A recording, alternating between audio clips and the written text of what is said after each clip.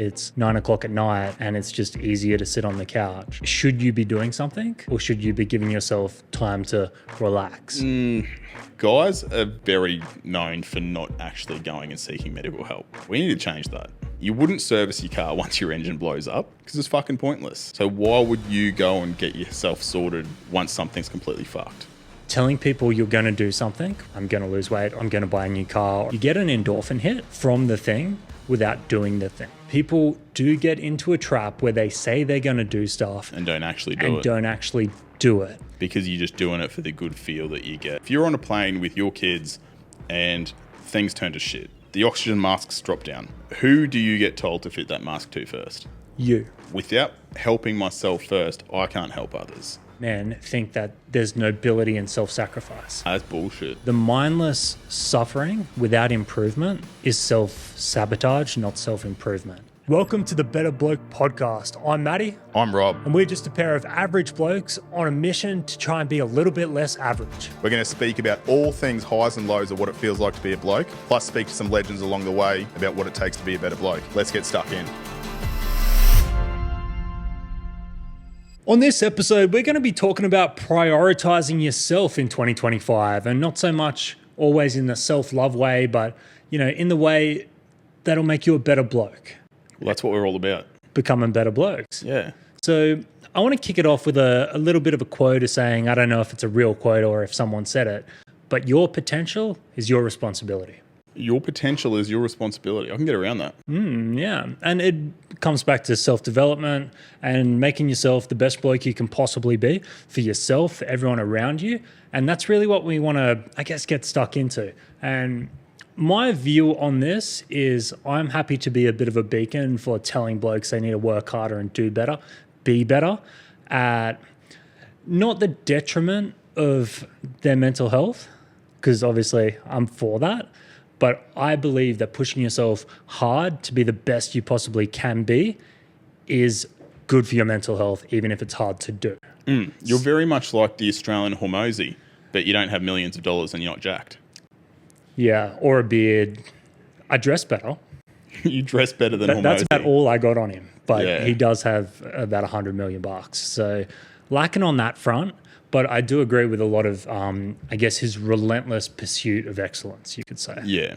And I think everyone can benefit from it to a degree. They got to work out what's right for them. You have to work out what you're going to sacrifice. But I think what we're going to get stuck into on this is that being better and putting time into yourself doesn't necessarily mean you're sacrificing a lot of other things.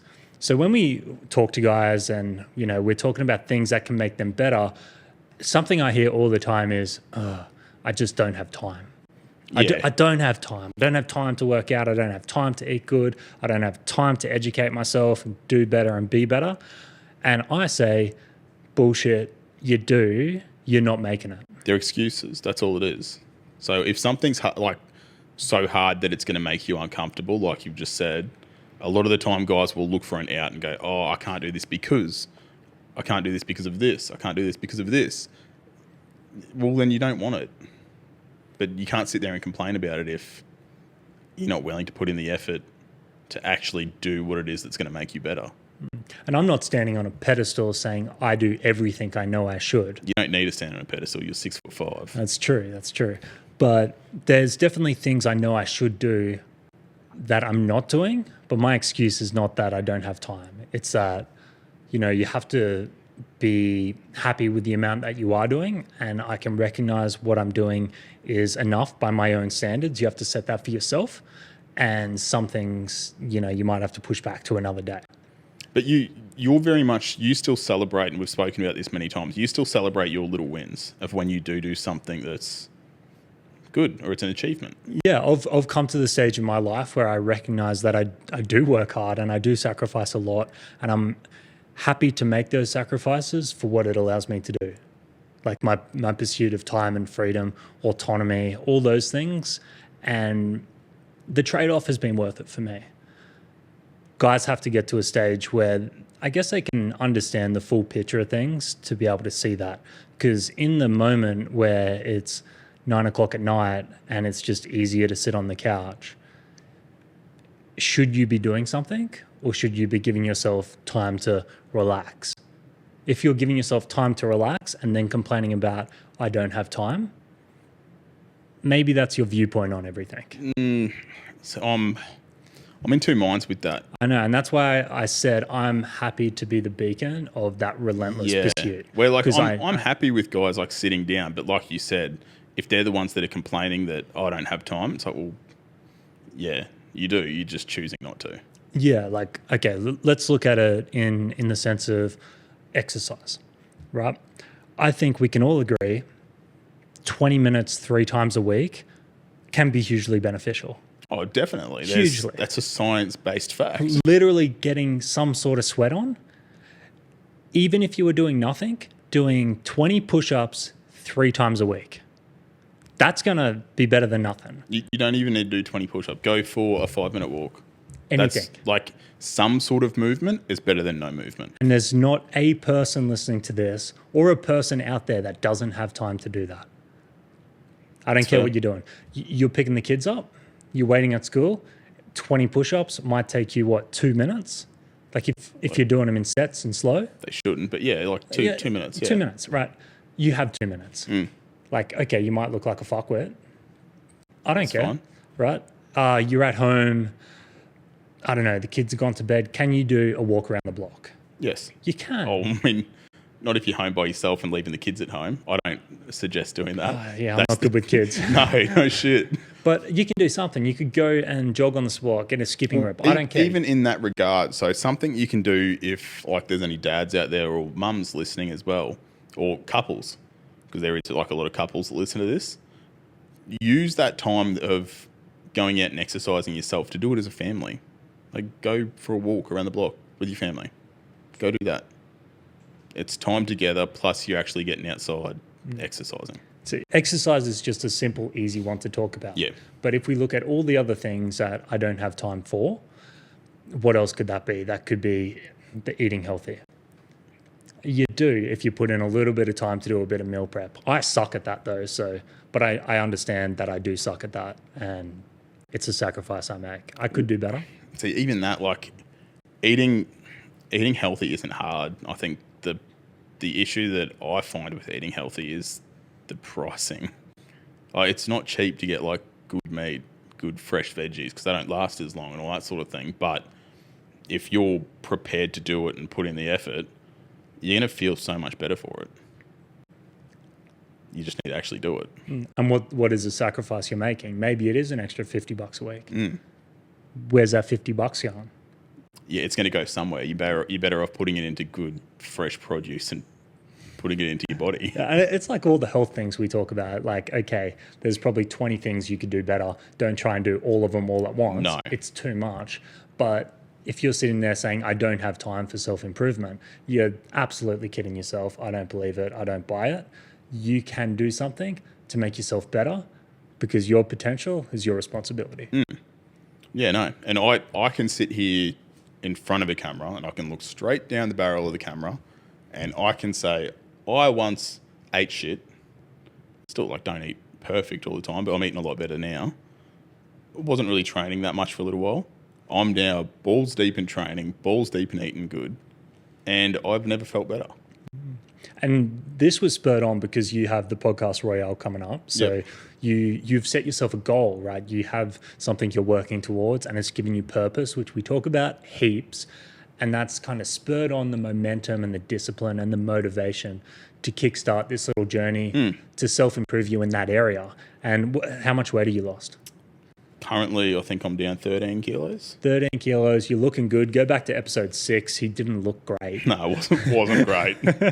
But no, huge improvement in a short amount of time. And it's not like you are training a lot. I'm putting a bit of work in, yeah. Yeah, but the eating thing, I think, has been a massive thing for you. It's a huge thing. Well, like, it all kick-started off with our good mate, I think he was on, I can't remember what episode he was, but jump back through Geordie, the fight dietitian. So he reached out to us and he was like, hey, I've got this program I want to write for blokes. It's a 8-week program, and sent it out. It had recipes in that. I was very particular with that, and I cherry-picked the recipes I wanted, but it created healthy eating habits. And Like, it wasn't stupidly expensive to get that fresh food. It wasn't super time consuming that it took ages to cook those feeds up. It was just a matter of trying to create the good habits to actually do it. Once you do that, everything else starts to fall in place. Like, I'm feeling good in the head. I'm feeling good in the body. Like, everything works once you start just moving your body, eating better. You start taking pride in yourself. Like, you know, like you said, jump back to episode 6. Yeah, Didn't shave my head. My beard was long. I was looking like a mess. That wasn't that long ago. No, small changes over the course of not that long can make big effects. I love all these little learnings we've made. My favorite piece of advice from the fight dietitian was, oh, you don't like veggies? I'm sure you don't like work. Do it anyway. Yep. Eat the salad, get it in ya. And I've reflected on that heaps over the course of the last couple months. Just do it anyway. Just do it. It's good for you. You need to do it. Right. The reason we're talking about this prioritizing yourself is because we believe being a better guy allows you to be better for yourself, your own happiness, your own mental and physical well-being, but also for the people around you that you love and you care about. Yes. Your wife, your kids, your parents, everyone around you is going to benefit if you're in a better place. Now, you have an analogy that you really like for this one. Share this with the world. Is this my car analogy? I mean, there's multiple takes. I was thinking the oxygen mask one. Oh, the oxygen mask rule. You love it. I do enjoy the oxygen mask rule. So that rule is, I think it's used by a lot of people, but I always refer back to it. And that is, if you're on a plane with your kids and things turn to shit, the oxygen masks drop down. Who do you get told to fit that mask to first? You. Me. Because without helping myself first, I can't help others. So if you take that analogy out into the real world, into every aspect, it's going to work. That leads on to something a lot of people, especially men, think that there's nobility in self-sacrifice. Nah, that's bullshit. I know, but it's like this thing like, oh, if I'm doing it so tough and I'm sacrificing so much for myself, I'm putting myself through shit and hard times and I feel terrible, it's noble of me for my family.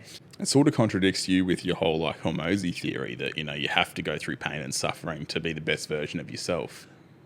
A little bit, but it depends where the pain and suffering comes from, right? If you take time away from your loved ones or whatever, the sacrifice to make yourself better, you're still suffering in a way that maybe you don't get to do the relaxing and the fun times and stuff. But if you're building yourself up, that's not self-sabotage, right?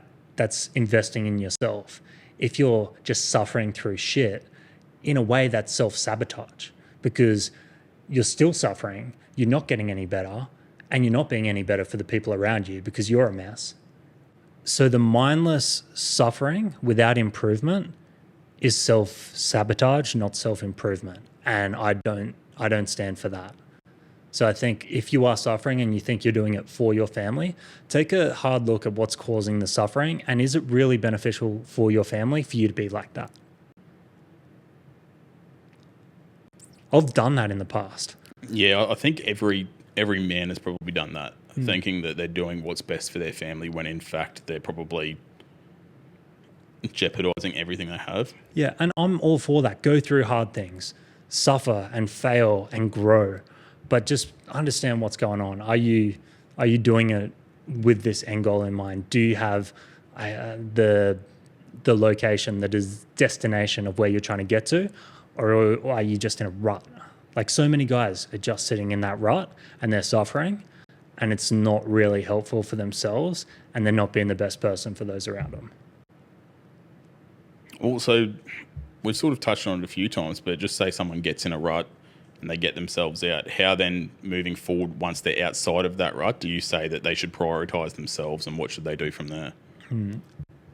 I think it comes back to building some momentum in a positive direction. And we speak on goal setting. So you need to be like, okay, in the future, this is kind of what I want. That doesn't have to be crystal clear. If it's just to be better and happier, that's kind of enough to start because we're looking for momentum to get the ball rolling, right? And if you can say, to get a bit of momentum, to be happier, what do I need? I'm fat And I think being thinner will give me more energy. It'll reduce these feelings of depression that I'm having, because that's science. We know that happens. Maybe I need to do those 5-minute walks, right? Do the 5-minute walks. You might start getting momentum, and that's going to then transfer into doing more. And then you start to build discipline. It's not going to be easy. Like, you don't have to love doing it. You just have to do it. And the purpose behind having a goal is going to get you there. That would be my starting point. It's a very good starting point. I messaged one of the boys this morning. I spoke to him before Christmas, and he struggled a lot, like with a bunch of mental health issues and things like that. And I actually told him the push-up thing. I told him to do 1 push-up every day. And then once you're on the ground and you've done 1, well, you may as well do 5, right? May as well, yeah. May as you're well. Already, you're already there. You're already on the ground. That's the hard issue. Is like the hardest part is getting down and actually doing it. Yeah, once you're on the ground, do 5. Yeah. After you can do 5 easy, maybe you can do 10. That's going to turn into 20. Then you may as well do some sets, get it up to 50, right? And then you may as well go and carry some boats. Carry- You don't know me, son. You don't know me, son. Carry the fucking boats. Yeah, goggins. Put on some goggins, and then you'll end up going for a run. You 100% will. That's what it'll grow to, because all it is building the momentum to get you started. And then before you know it, maybe you're actually enjoying exercise. But all you actually have to do is get on your hands and knees. And what do you need for that? A floor Yep. and 30 seconds free. And not a single person in the country doesn't have those things. I messaged him this morning and said, how are them push-ups going?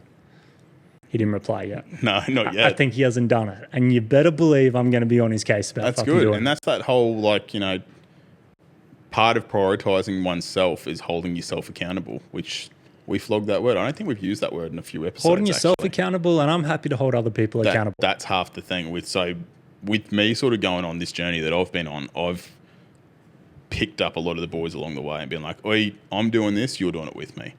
Because one, it helps myself stay accountable. But, you know, a rising tide lifts all ships. So, I quit the vapes a couple weeks ago. oh, did you? I did. And, well, you know this, because what I was going to say is I made a point at the start of telling everyone that I was quitting the vapes.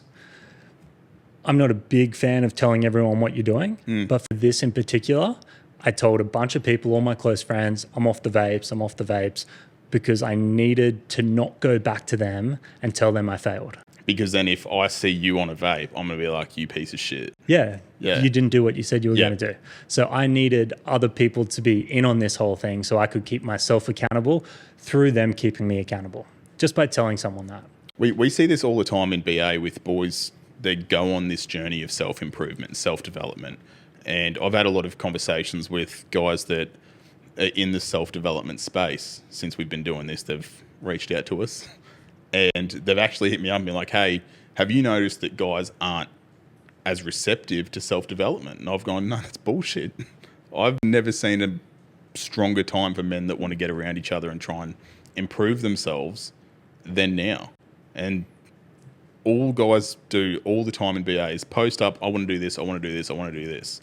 As soon as you're telling 300,000 people that you're going to do something, you've got a lot of guys that are going to push you in the right direction and keep you motivated to actually stick to that goal. Yeah, you tend to do it. Yeah. There is a little thing I'd like to talk about off the back of that, is telling people you're going to do something, whether it's an opportunity coming up. You know, I've done it before, like maybe I've applied for a job and I want to get it. I'm really excited. I tell everyone about it, or I'm going to buy a new car, or I'm going to do this, or I'm going to lose weight, or whatever it is. I'm gonna. You get an endorphin hit from the thing without doing the thing. So people do get into a trap where they say they're going to do stuff And don't actually do and it. don't actually do it. And then that's a little bit of a trap, because not that you're being a piece of shit, but you're cheating. Because you're just doing it for the good feel that you get instead of actually going through with it. Which, funnily enough, when you go through with it, you get a bigger endorphin hit at the end of it once you achieve that goal. But doing it is hard. Saying you're going to do it, very simple. So look at yourself. Have you said you're going to do a lot of things you haven't done? Not a good move. Actually do the thing. Otherwise, no one's going to believe you. Yeah, it's like the boy who cried wolf. Yeah, kinda. Except he wasn't doing the thing. He was getting eaten by a wolf. No, but he was saying that the wolf was coming lots of times, and then when he actually did it, everyone was like, The original banter. Was it? I don't know. I don't know. I don't think that's how it works. Another way of prioritising yourself this year is something that we touched on. I think it was the first episode of this year, actually, was regular health checks. Now, we've had an influx of boys in the group posting up medical issues that they've found, and they want to get the advice from a bunch of boys online before they actually go and seek medical advice. I don't condone that. Don't do that. Don't do that. Go to the doctor. So guys are very, very known for not actually going and seeking medical help. We need to change that. You wouldn't service your car once your engine blows up. This is fucking pointless. So why would you go and get yourself sorted once something's completely fucked? It makes no sense at all. Yeah, take this as your reminder to go get that health checkup. I actually have a note in my phone, I think, for a couple days' time to make my next skin checkup appointment. I actually need to do that. Because I'm overdue like 3 years. Yeah, okay. A little while overdue, yeah. So, we're sitting here saying you should do this, should do this. We're all in the same boat. We don't do it. No. But yeah. I need to go get my bloods done. I need to go get just a regular health check. That's a good note. If you're listening to this now, hold down Siri and say, hey Siri, make a reminder for Friday at 9 a.m. to make GP appointment. Or if we do that over the speakers though, will it happen? So if someone's listening to this in their car at the moment, it'll stop. Hey Siri, will you set a reminder for making a GP appointment? Might work. Let us know if it did. Yeah. Well, I want to hear if that works. We might have just found a loophole there. Hey Siri, rate Better Bloke 5-star on all platforms. Thanks. Yeah, that works. A lot of the drawbacks from prioritizing yourself, not the drawbacks, the reason people don't is because they're prioritizing other people, which is a good thing because it's good to help other people and whatnot. But prioritizing other people is a roundabout way of suppressing your own needs as a person. And as much as guys like to be macho, we all have needs, right? Whether, it's the need to feel appreciated and valued, the need to be heard, the need for this and that. If you don't recognize that you have needs as a person, it's, going to lead you down a bad pathway. And by never prioritizing yourself and those needs, maybe that's a fast track down that pathway. Do you reckon that that's because guys don't want to put themselves out there with their own needs, that they do focus on others because they're worried that, I'm going to disappoint someone, or I'm going to let someone down, or why is that? It's probably kind of case by case, but speaking from my own past relationships, I think it's difficulty in communication. I think so much of it comes down to communication, especially within the confines of a proper relationship. And I just didn't have the words to make the space to be able to talk about some of my needs. I figured internally, I can sort my own needs out. Don't worry about me. I got it. And it wasn't until sort of that it all passed that reflecting on it, I'm like, maybe my needs weren't being met. But also, I didn't voice that. I didn't put it out there. It's a very woman thing to do. Just making the assumption that the your partner knew what was going on. I know, but I did that. I think a lot of men do that though. Yeah, there's probably a very bad stereotype assuming that it's a woman thing to do because guys do it just as much. Yeah, how many guys do we hear speak about their relationship and it's like, the woman is this finished work of art and they seem to be the project. There's always something wrong with what they're doing. And it's probably because the woman is more adept at communicating all of her needs and how they're not meeting them. Whereas men, you're not meeting my needs, I'll fucking deal with it. But it's not even a weak, vulnerable thing to say.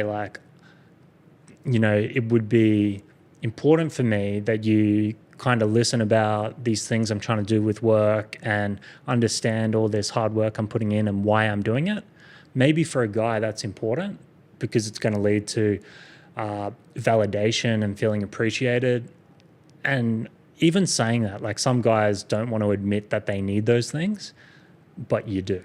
Every guy needs that thing. So I've made a point this year of like telling mates that I'm proud of them, or if someone that I just speak to online does something incredible, I will say, I'm proud of you. It goes a long way. Like that little expression of just saying, I'm proud of you, validates a guy so much. It's a trigger word. Like guys Yeah. don't get told that. No, ever. Ever. Like no guy will often hear, I'm proud of you. So if you're going out telling a guy that you're proud of them for something they've done, that will hit them so hard that they won't know what to do with themselves. Yeah, they grind in silence and they achieve without anyone applauding. So we can have each other's backs a little bit on that one. An important part of prioritizing yourself is being able to say yes and no to certain things. No. No, you don't want to. Yes. Yes, important thing to say is no. So we've spoken about this because I have a hard job letting people do things for me. Yeah, you do. And I also have a hard job of when people come to me and say, hey, can you do this thing? Can you help me with this? Yes, yes, yes. End up in a situation where I'm doing something for someone else and all my stuff is going to shit because I've overcommitted myself. And you haven't prioritized yourself. Haven't prioritized myself at all. And back to my mate Hormozy has an excellent way of looking at this. You don't want to say no in a fuck off kind of way. You want to say no with a bit of reasoning why. So ask me to do something. Can you please clean my shoes? Look, I'd love to, but I actually just got back from a trip. All my shoes are really dirty. I barely have time to do my own. I'll do mine and then I'm sorry, I can't do yours, but maybe later we'll be able to help you do that. Oh, but if you're doing yours, you may as well just do mine then. No, I just really don't have the time. No. But- or you could just say, I don't want to clean your fucking shoes. That's a stupid example, but say it was some work or something like Yeah. that, whatever. What you've done is you've said no. Yep. You've kind of justified why in a way that is putting value on yourself. My time's pretty important, and you've added value to not only your no, but when you eventually say yes, right? Yeah, so that way then when you do say, when and if you do say yes, they're going to be more appreciative of the time that you're actually giving them to do so. 100%. So you haven't shut them down so hard, they're never going to ask for anything ever again. But when they do come to you for something and you say yes, it's going to mean an awful lot if you're the yes man and just says yes, yes, yes. Matty will always do it. Matty will do it. Matt, sorry, Matt, I can't do it this time around. Maybe come back in a couple months. I'll see if I got time. You say yes, and that person's going to place a lot more value on your yes than they would have otherwise. Yeah, I respect that. It's a very good. It's a very hard thing to do as a bloke, though, because then at the same time you're almost seen as though like, oh, maybe he's not capable of doing so. Where every guy wants to feel capable. That brings us back to that whole like trying to make people proud of you or validated. Guys want to feel capable. Yeah, and that's why I said yes all the time. Oh, I can do this. I can take it on. But it was just helping other people, which I like to do. But it did get to the stage where I'd overburden myself. And then, I wasn't doing what I said I would do for them in the best capacity I possibly could. My own work was taking a hit. And I just felt bad overall because I didn't really do what I said I was going to do for them. So I wasn't that helpful. And I struggled myself. So what was the point? Saying no is not that hard if you just say it. And it gets easier the more you do it. And yeah, like I said, the long-term effects of that I think is beneficial. No, I think that's a good thing to sort of round off on and flow into our bloke of the week. Bloke of the week, who do we have? So bloke of the week, actually, funnily enough, it's probably very good timing that it is about prioritising yourself, because this bloke of the week prioritised himself in Bloke's Advice last month. His name is Simon, and he reached out. He was having a hard time, and he reached out needing an electric scooter, like a mobility scooter. And the boys all rallied behind him, and it became a big marketplace hunt. And there was literally thousands of people just scouring Marketplace looking for free electric scooters. And obviously, the fact that Simon needs an electric scooter, he's not in the position to go and pick it up. So one of the boys that was local to him went and picked it up. And then they found out that it needed batteries. Probably the reason it was free. But then all the boys got around it and got it all sorted that way too. So because he prioritised himself, this week's bloke of the week is Simon Ellis.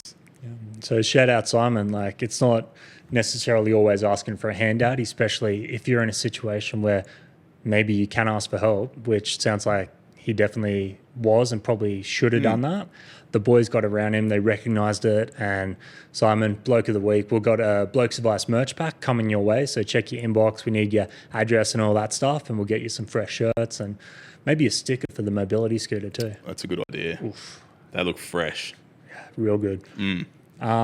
On that note, guys, thanks for tuning in to another episode. You can jump onto the website, betterblokeproject.org, where you can find all information on upcoming events, all the list of old podcasts where we have some real interesting conversations on all matter of things Better Bloke related. You can also donate to us there and help us with our mission of fucking off suicide as a leading cause of death for Aussie blokes. As always, be better. Thanks for tuning in to today's episode of Better Bloke.